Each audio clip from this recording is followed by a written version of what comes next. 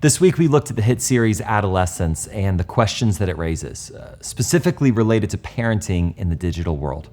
And we looked at 3 I's that parents need to be responsible for: the informed, involved, and in charge. And it all starts, though, with being informed. And I want to say something very pastoral to all parents out there. I'm a kids pastor. I work with kids. I work with youth. I work with so many families.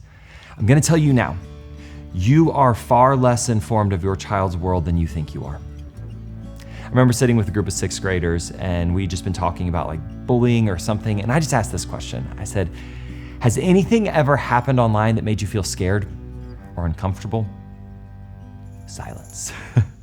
So I let the silence hang, and then I asked it again. I said, I think you might have. And I want to make sure that you guys know this is a safe space. So has anything ever happened to you online that made you feel scared or maybe even just a little uncomfortable? One boy kind of slowly raised his hand, and he proceeded to tell me a story of how he was on Minecraft and someone, most likely far older than him, started calling him expletive after expletive. They called him slurs that I genuinely can't even repeat here. Told him that if he didn't get, an expletive for a woman's privates, that he was a expletive for a homosexual man. And it apparently went on and on for this poor kid as he was just trying to play a game. So I asked him, I said, okay, have you told your parents? And he said, no, I haven't. He was scared. Scared that they would, take away Minecraft or that he would be in trouble. Well, after that kid shared his story, the floodgates just opened. And out of 12 6th graders in the group, 8 of them shared that they were currently viewing pornography.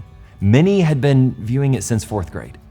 Others were just in the very early stages of it, and none of their parents had any idea.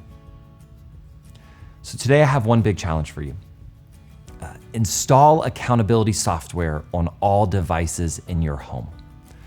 These are softwares that monitor and report what your child sees and experiences.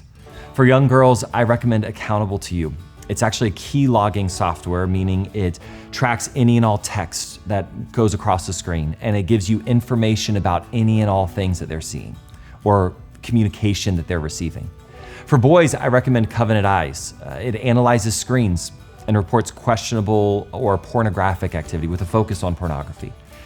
However, and I just need to be very clear, these softwares do not work on iPhones. And I know I just lost you. But if you truly want to be informed, you've got to start with software that will expose a shadow life, because they probably have one.